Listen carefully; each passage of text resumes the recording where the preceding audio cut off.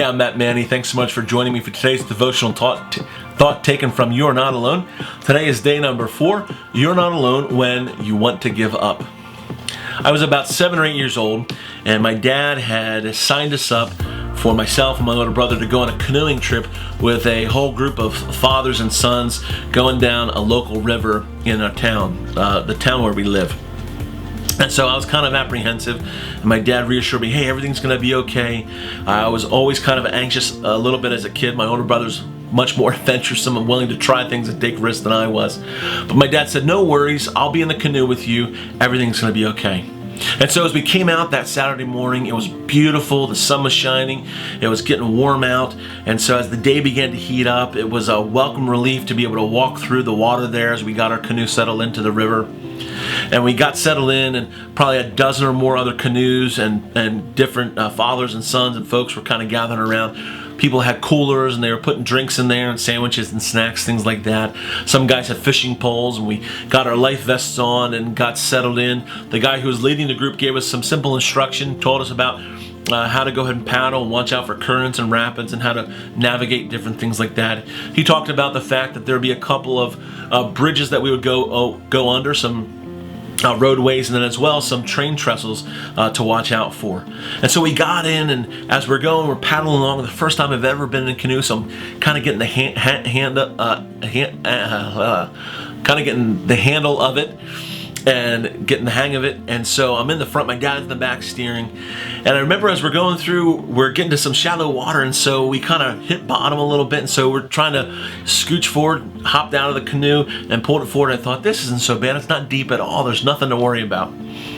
We get a little bit further down the river and we see some noise, kind of some commotion up ahead, some folks shouting, and we see there's a couple of canoes, 2 canoes that are capsized, turned over, and they're forced up against an abutment, against a kind of a big train trestle kind of support there in the middle of the river. And so as we're looking, we can see there's a little bit of white water there, and there's kind of this slurry of sticks and trash and debris right there. And so we can tell that the river's rushing pretty hard against that part of that support for the train trestle. And so my dad says, hey, everything's gonna be okay. We're just gonna go wide to the right of it, and so just paddle really hard. And so I'm getting anxious a little bit, and as we get closer, all of a sudden, the water begins to rush really fast, and the front of the canoe, as I'm watching it, gets almost like an invisible hand grabs the front and pulls it under. And as it pulls it under, it takes me and tips me forward, and the canoe capsizes. Well, my dad and some others that had gotten capsized as well, they were kind of looking around trying to get their bearings and looking for me, and I was nowhere to be found. Now, in that moment, for me, I'm stuck underneath the canoe, and I couldn't lift my head up to go ahead and even try to get in the air pocket of the canoe. And as I tried to push off the floor of the bottom of the creek, I couldn't get my footing at all. And even though I had my life vest, it was more causing more problems for me than actually helping me at that point. And so all of a sudden, at the last moment, as I'm there, my lungs are burning, and right before I'm about to give up, a hand grabs me as I just about passed out, pulls me up out of the water. It was my uncle. My dad was right next to him, and I'm spitting and sputtering all this nasty green creek water out.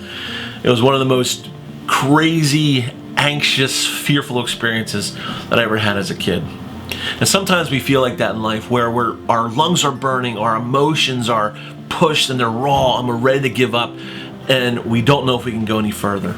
So many of the Psalms, David talks like that, where he says, God, I've been pushed to the limit. God, I don't know if I can go any further. Well, these are times of testing that David talks about, that he goes through. Like Psalm 28 verse 1, he says, I pray to you, O Lord, my rock, don't turn a deaf ear to me, for if you are silent, I might as well give up and die. Have you ever found yourself like that, where you felt like no matter what you said, you cried out to God, no matter what you did, you just couldn't get your head above water? In Psalm 119 verse 8, David says, I'll obey your decrees. Please don't give up on me. He cries out to God. His resolve is just that if he says, if God, if you don't give up on me, I'm not going to give up on you. And my encouragement today is this, that God has not given up on you. And so don't give up on God. John Gordon, he says this. He says, we don't give up because life is hard. Many times we give up because life gets discouraging. And today, if you find yourself wanting to give up, because you're discouraged, find your encouragement in God, because He hasn't given up on you. Today's devotional thought is taken from Psalm 28, verses 1 through 2, and Psalm 119, verses 8 and 116. Thanks so much for watching.